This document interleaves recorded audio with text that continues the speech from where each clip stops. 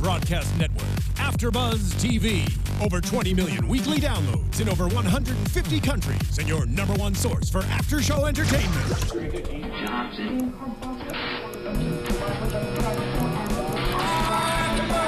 AFTERBUZZ TV, the destination for TV superfans. Producing aftershows for over 300 of your favorite TV shows, interviewing celebrities and showrunners, and bringing you behind-the-scenes exclusives. All thanks to E! Entertainment's Maria Menounos, producer Kevin Undergaro, and internet leader Akamai. Now, let the buzz begin! Ooh, so dramatic tonight. Yeah. Welcome to our Supergirl after show here at AfterBuzz TV. Of course, this is episode 14, Truth, Justice, and the American Way. Kind of love that title. I'm a little obsessed with it. And it was all about justice and ethics and right and wrong tonight. I feel like that's really what this episode was centered on. Of course, we are streaming live on YouTube tonight, and you can always find us on YouTube, iTunes, and SoundCloud. I'm Stephanie Wenger, and you can find me on Twitter at Stephanie Wenger. And I'm Tauri J. Miller. You can find me at Tauri J. It's TauriJay. And JJ and Nicole will be back with us next week. So let's jump into this episode and talk about this kind of the first time we've seen Kara and James fight. That's true. I liked that neither of them were really wrong per se. I mean, they were just very strong on their own opinions. Like ultimately, in the way that the episode shook out, it was like Kara was wrong, but at the same time, like if you think about it, I mean, was she though? Maxwell is a dangerous guy. I mean, that's exactly it. I think in hindsight, you could say, oh, she maybe acted out of line, but really, you could argue either way, and I think that those are the best kinds of arguments. That, like, ethically, they were just opposed. Neither side really wrong in this case, I felt like. And I like that Kara's not afraid to stand up for herself. I feel like at the beginning of the series, we saw a little more timid side to her, and now we're kind of seeing Kara match Supergirl in kind of her confidence, and that's a really exciting place to be. Yeah, I mean, she's been on a big journey, and she's been through a lot. Like, she's lost a lot of people. She's had to make very hard decisions. So I like that she's definitely grown as a character, which is really nice. I feel like she was a little what is the word I'm looking for? I was gonna say something like she was very I guess a little selfish this episode, I think, which is understandable because she just lost her aunt. She felt like she could turn her, and it was taken away from her. Right. I feel like tonight it was, you could say selfish, but I almost just felt like she was taking control. She had like the reins on her life in some way that she doesn't, I feel like, typically show, or she had her cards more out there for the world to see than she typically does. She normally holds them a little closer to the vest. Yeah. And so that was an interesting character turn for her. And also to see James, in some ways, and I know obviously ethically he had real concerns, but also I was surprised to see him go up against Kara. Yeah. I mean, because he in and of himself is like a very like rule-abiding character, and he's lived in the shadow of Superman, who is the ultimate Boy Scout. So it makes sense that he feels like he has to enforce this like truth and justice and the American way and all that stuff. I liked that he wasn't backing down too. I liked that it was a reoccurring thing. Like, we didn't just have an argument at the beginning of the episode. They both moped around, and at the end we're like, "Oh, you know, meet in the middle." Right, and I feel like we've kind of had in past episodes this indication that he may have some sort of feelings for Kara. Like, there's something there for him, and he still stood up. He still was like, I'm going to stand up for this, and that's who he is. And I feel like that's been consistent the entire series, that he at least tries to do the right thing. Although you could say, because he's with Lucy, you know, is he doing the right thing if he truly does have feelings for Kara? Fair enough. Yeah. Yeah. I mean, and kind of piling on his own personal dilemma, like he got that talk from Kat, which was actually a lot darker than I felt like this show was going to go. I completely agree. I think I turned to you once when she was talking about her past and this ethical issue in her own journalism career, and how ultimately it led to a woman's death because she didn't basically out and abuse her early on in her career.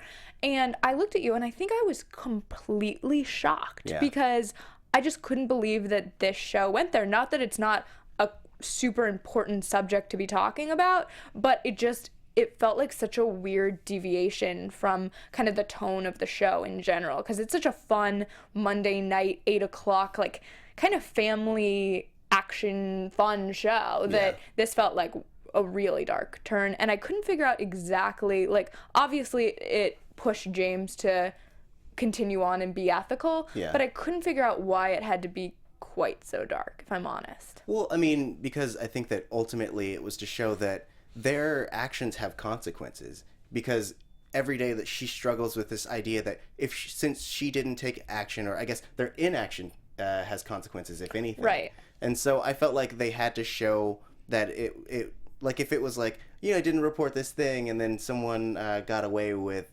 stealing or something, I felt like it wouldn't have as much an impact. Whereas, like, you really show that lives are on the line if they choose to do something or not. It's absolutely true. And, like, in my own education, when I was in journalism school, it's something that we talk about all the time, that you're a human being first and a journalist second, and you have to make those decisions. And it's hard because there are tight deadlines and all those things. So I thought that was a really interesting view into, like, the world of journalism. Yeah.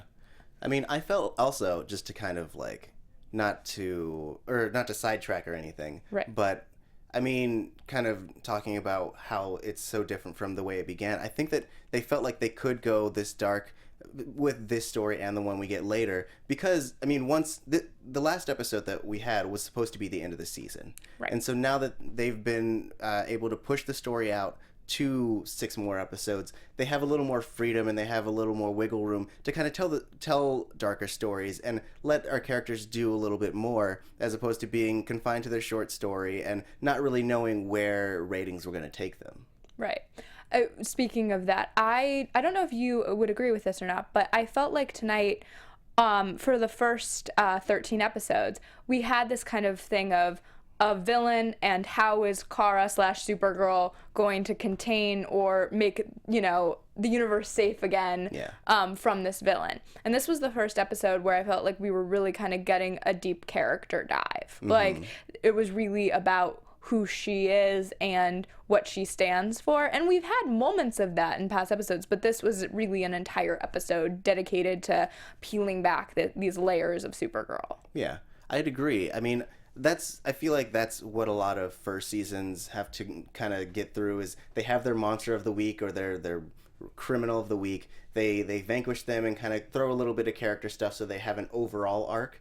And then, but like, I think that now that everyone loves the show and everyone knows that the writing is solid, mm-hmm. that, like, they can just have a whole episode dedicated to story. They tie it into the theme. They make it so that, because you knew that it was going to be a really interesting episode the moment that they started with a funeral. You know, 2 enemies essentially coming together over the body of someone they mutually loved.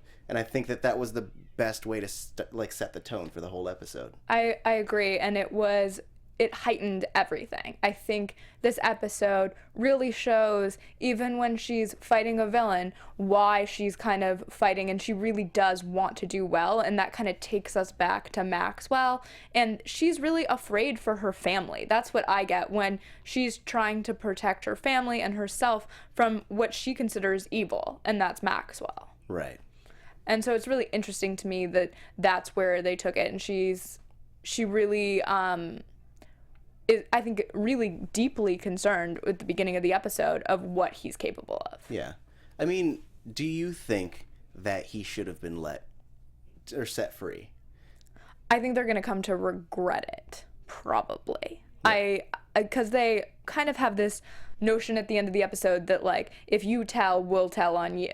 Mm-hmm. And I think that scenario never works well for anyone. Like, that ultimately leads to deception and all these, right. terrible things. So in the, last 6 episodes of the season, which is crazy to say, I would expect that that's going to go poorly for them. What about you? I mean, I agree. I think that it essentially becomes, as Maxwell kind of said, it becomes an arms race. Who can destroy the other person faster? I mean, and by regular law standards, he's a criminal. Like, he is attempted murderer, like corpse mutilation. Like, he's done so many different things that whether you were keeping him in a secret jail or in a regular law-abiding jail, like, he's guilty, you know. And Kara makes a good point that by justice standards, he would have gotten away, put him in any court. So I part of me wanted him to stay in that jail because he's earned it. Yeah, I actually couldn't decide who I sided with between Kara and James on this, because I always feel like I want, you know, people to be treated properly, and I totally understand where James was coming from. But on the flip side, I get that Maxwell has caused harm to Kara. And so it's this like real debate for me about which do you side on. And so maybe that's a good question for our audience. Who did you have someone you sided with, Kara or James, or what did you think of this whole Maxwell situation? Let us know. Tweet at us. We love hearing from you. Use the hashtag ABTV Supergirl. Yes, ma'am. Woo! So fun. Well, let's jump into maybe, I guess, the most evil character of the week, possibly, you could argue. That's true. The most ethically gray. Ethically gray, love it. The alien serial killer, Detective Draper. Yeah. So creepy. I really liked this character, though. Especially tying him into the rest of the whole theme of, like, how far do you go until you, cross a line? And I liked that one. I mean, he was basically just... He was what Kara could have become, but also, like, he was just a guy who was really dedicated to his job. At the end of the day, that's all he was. Yeah, I just feel like when you're taking it to the point of killing, it's just never good. Like, it leads to what we saw, which is, you know, death and sadness. And so I have to say that I understand what you're saying by, like, yes, he had a job to do and he was doing it, but he, again, made the decision to put the job before being a human being. If you're comparing it back to the journalism ethics we just talked about, he definitely went the opposite way and put the job before the human being. And I think that it's important to know that you're both. Like, you have a career and a life. And what did you think, though, of Kara, of Non trying to save Kara? Or, like, Non kind of trying to protect her when he was being in the room, right? Is that what I'm trying to... Are you thinking about Alex? Is that what did I write down the wrong? Yeah, sorry. Oops, as I'm taking notes. Go ahead. No. I thought, what are my thoughts, Tauri? What's it? I mean, I thought, I will say, I thought that every fight scene with this character were insane, in the best way possible. I mean, this show, they always do the most insane fights. Like, it's incredible. And tonight was, I feel like they do so many location shoots in LA, and I always try to figure out where they are, and tonight was hard to figure out where they were, too. That's true. Yeah. But yeah, I mean, I guess I'm going to answer your question with another question. All right, fair enough. Go for it. I mean, because you're asking basically about Non and his role in this whole thing. I mean, I thought it was nice that they were able to establish that truce, and I like that. Like, basically, they were able to kind of, like, settle down, because we had a really action-packed last episode, right? And we get to breathe a little bit this time around. Absolutely. Yeah.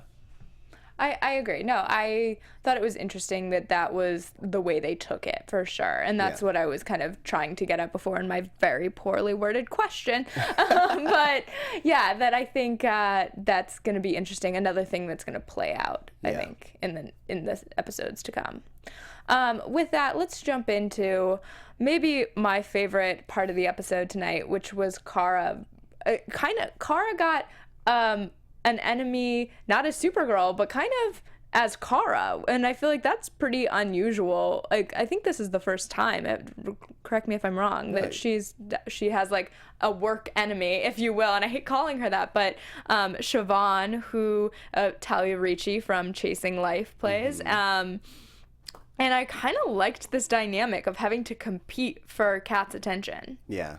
I was wondering how they were going to escalate this issue between Kara and Kat, because I mean, there's only so many episodes that they could have her be angry at her, but I love that she brought in a rival, essentially, because I mean, for some reason she can't just fire Kara, I guess, but, you know, because it's personal. Yeah. So she hired someone to just make her look bad, which was great, and I love how I love how hungry this Siobhan was. You know, she has dreams and she has goals. Well, I think what's funny is, like, I think of, like, what's so popular today, which is, like, having your own blog and, you know, like, having your own personal brand.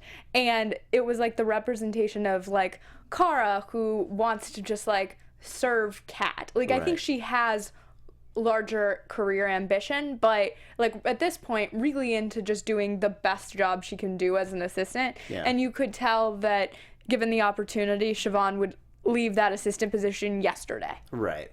Which I thought was just a funny dynamic, and because you meet both types of people in the workplace, for sure. And you don't know who's going to get ahead, and I think that's a really interesting dynamic to have on a show like this. Yeah, no, I'd agree. I mean, though, kind of to your point, it did make me wonder, what are Kara's ultimate goals? Like, does she want to be the next Kat? Does she want to be a reporter? Like, what exactly does she want to be outside of Supergirl? See, and I wondered the same thing. I think that maybe it goes back to what we talked about at the beginning of our show, which is, like, ethics. Maybe she just wants to shine light on things. Like, ultimately, I think what she would love is if the worlds of Supergirl and Kara kind of merged in some way, where she could shine light on the, like, injustices she sees as Supergirl. Yeah. And I think at least that's what I would imagine with this character she's aiming for. But I don't know, because she doesn't really get out in the field as a reporter. Right. So it's like she's Kat's assistant. And I would hope that that's, like, a step along the way for her. But I don't think we've really learned particularly what her long-term goal is. Yeah. No, it'll be interesting to see. Maybe that's a season 2. That's true. I mean, they basically opened the door to the question. Now we can kind of explore it. Yeah, I agree. So what did you think of Talia Ricci? I thought she was really fun. She had a lot of really nice subtle moments, like when she was kind of hitting on James, and when she was trying to, like, really egg on Kara. Like, I had it in my notes where it was like she's just antagonizing to death. 100%.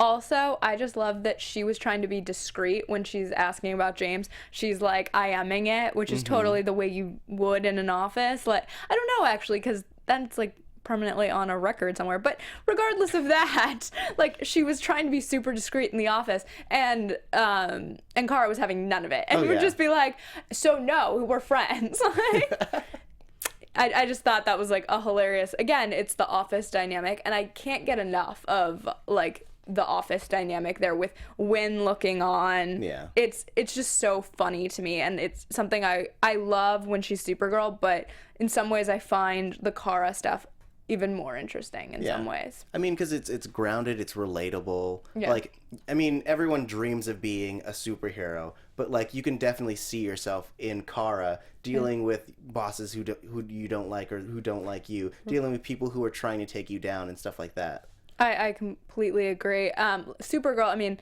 the way they portray Supergirl, it's so amazing and cool and fun to watch. But yeah, you're definitely right. That's why it's, like, this relatable feeling. And I feel like they've done such a good job, because everyone I know who watches the show can be like, oh, I see, like, myself in Kara. And I'm like, yeah, I think guys and girls, actually, everybody kind of does, and that's something, like, a testament to Melissa as well for making this character that way. Yeah, no, she acts the crap out of this. Yeah. Every week. I mean, we love her from Glee too, but yeah, she's amazing.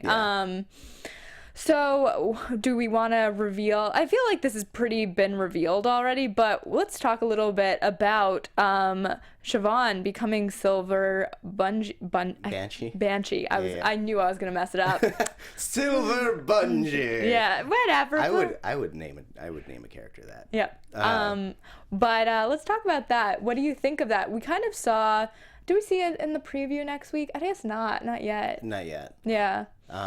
I think it'll be interesting. It makes me sad because that means that we won't have this whole like rivalry going on at Kara's work anymore. Because I assume that once she goes full supervillain, she's not going to be working a day job. Though, yeah, you never know. That's true. Because Kara is a super girl. Like she's a full-on superhero. So why can't you have like a villain who has a day job too? You never know. That's true. That'd be really cool. Now that we've said it, I think I want that. Yeah. Writers, if you're listening, and if it's not too late, we really want that. Yeah. Yeah. What do you think though? Do you think that's going to be an interesting turn? I feel like it's kind of taking the Office dynamic and literally exploding it, like which kind of seems fun to me in some ways. Like I do love the way the Office is working right now, but when you have two people who don't get along in the office and then bringing that out into like superhero world, that's an interesting place. That's an interesting story to tell. That's true. I mean, and it also kind of leaves room for since Kara knows this person as a regular person, she's going to have a lot more conflict in taking her down as a supervillain. So I think that will be a really fun thing to explore. I wonder how they're going to make the turn though. Like, yeah, I don't know. That like I was trying to do a bit of research on that, and it seems like that's to be determined. Yeah. Or maybe in the episodes to come. Yeah. I mean, the only thing I could see is if maybe she's already Silver Banshee and this is her cover. Yeah. So we'll see. I agree.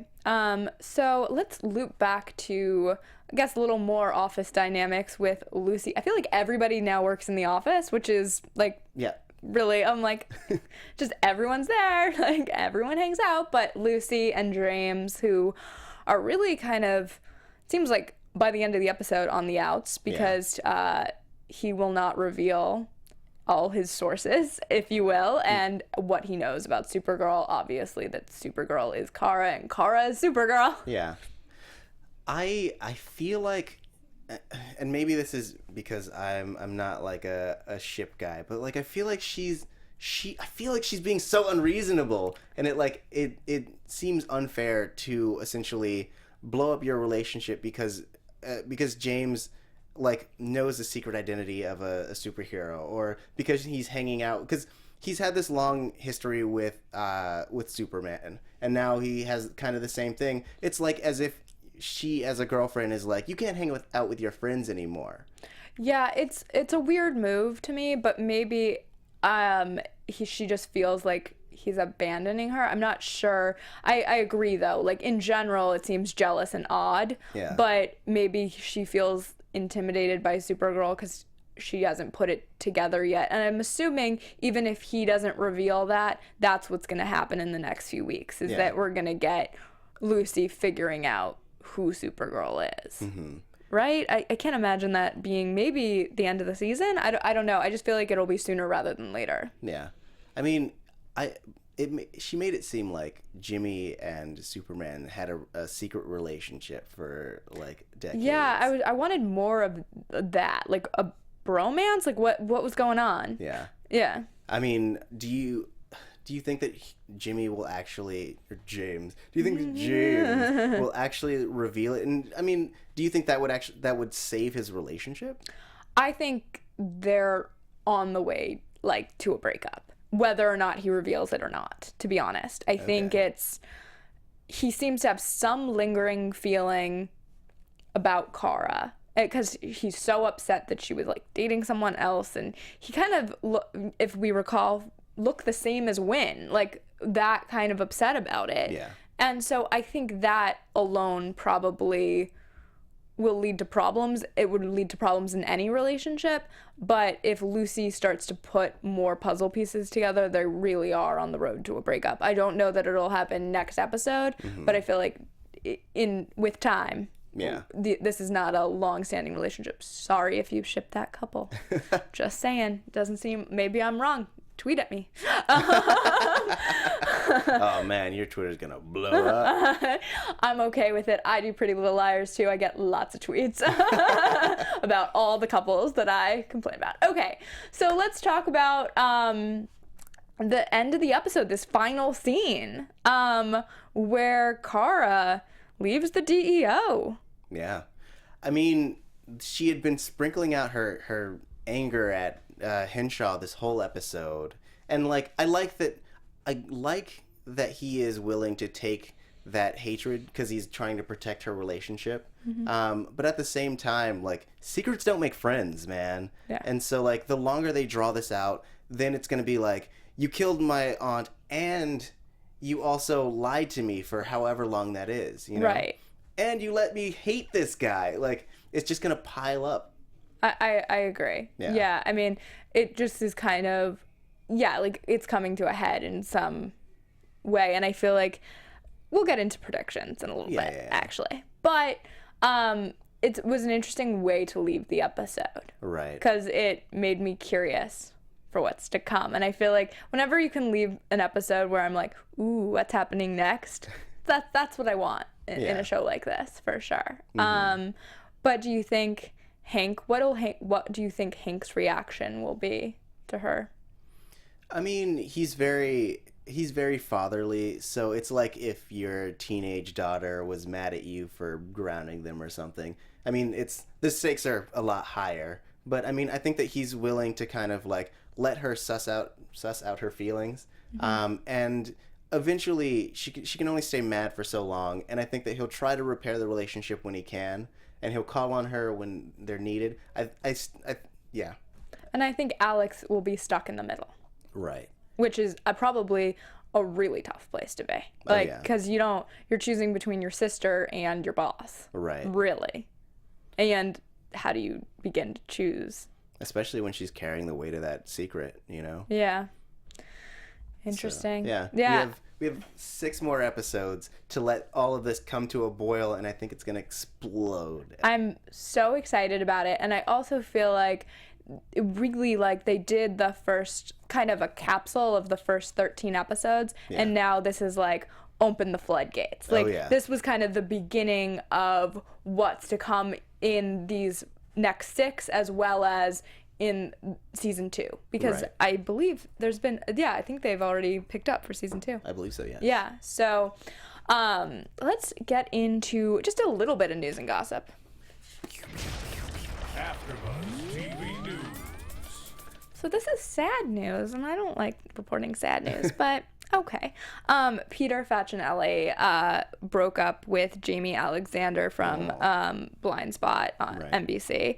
They called off their engagement. They'd been together for a while, so sad to hear that. Always sad. And they, of course, announced it and said that it was due to work obligations. They work on separate coasts, so obviously hard to see each other and be together. I feel like it's just been like a whole season of breakups recently with celebrities, but that's a sad one to hear for sure. Go ahead. I mean, no, I was gonna say I mean, I imagine that maintaining relationships in the entertainment business is tough because you never see each other, and when you do, like, it's just you're trying to decompress. So like, it's a bummer, but I mean, you kind of understand. Yeah, I mean, it seems to happen all the time, and I feel like I've just been hearing breakup after breakup recently, but this one was a bummer. I know we all like emailed about it this week, and we were just like, oh, it's so sad, and we, wish him all the best and wish her all the best, obviously. So let's, with that, get into our own predictions. And now, your AfterBuzz TV predictions. Do you have any big predictions? Big predictions, maybe. I will, before I predict, I also have to say 2 things. Okay. One, I loved the professor character. I just had to say that. And also, for all you nerds out there, I caught the Lobo reference. They made reference to an intergalactic bounty hunter, which is this guy named Lobo who is in the DC universe. He's great. Nice. And I caught it. Very cool. But anyway, big predictions. I'm going to say that I think that I think that essentially Myriad is going to be something to the effect of like something that will either turn all of the humans into like slaves, or it will like alter everyone's minds, something to that effect. I'm excited that it seems like we get a form of Brainiac next week. That's what it looked like. Yeah. So that I the other week was talking about how if they were going to bring Brainiac in, and this is like maybe like a Harbinger kind of thing, and that like if they're going to bring him in, he has to be like a season-long baddie. Right. And so someone who sticks around, like a Maxwell Lord, right. that it's an ongoing force. Yeah. And so I think it was smart of them to kind of introduce the idea of it by using Indigo, which is like a different version of him. Interesting. Yeah. Okay. I need to, again, try to get into all these characters, and I've been doing the research, and it's still I mean, yeah, you have like 50 years plus of stuff to catch up on. I don't expect you to do it in a season. Well, I'm working on it. And again, tweet at us if there's a comic book I should be reading, because I want to know, and I will totally read it. So let's I don't know if I have a great prediction tonight. Yeah. I am kind of, to go back to what I said, really curious about the push and pull on Alex with that final scene. It feels like ultimately it could lead her to either kind of go back to job versus human, or like personal life. That are you going to choose your family and, you know, being with Kara and understanding that, or are you going to choose your dedication to the DEO? And I'm really curious to see that journey happen for her, because we saw a bit of it for Kara tonight, and I think we're going to get a little more of that for Alex as well, which I'm loving the way they're peeling back these characters. Yeah. It's really interesting. And also I'm curious about how Maxwell and Alex will do together. That's true. They still have a spark, man. Oh, they do. There's so much chemistry. It's crazy. Yeah. Really fun. To pile on to this chemistry thing. Yes. I have another prediction. Okay. In that I think that Jimmy's going to refuse to give up Kara's identity. It's going to break them up, and then he's going to tell Kara what he did, and then they're going to make out, and then that'll be the season finale. In my dreams. You know I love a good love story. I know. That was for you, girl. I know. I would be so thrilled. But with that, thank you so much for watching and hanging out with us tonight. We'll be back with more Supergirl next week, and you can find us in the meantime at AfterBuzz TV on all social media, and you can find me at Stephanie Wenger. And you can find me at Tauri J, Taurijay. See you all next week. From executive producers Maria Menounos, Kevin Undergaro, Phil Svitek, and the entire AfterBuzz TV staff, we would like to thank you for listening to the AfterBuzz TV network. To watch or listen to other after shows and post comments or questions, be sure to visit AfterBuzzTV.com. I'm Sir Richard Wentworth, and this has been a presentation of AfterBuzz TV. Buzz you later. The views expressed herein are those of the hosts only and do not necessarily reflect the views of AfterBuzz TV or its owners or principals.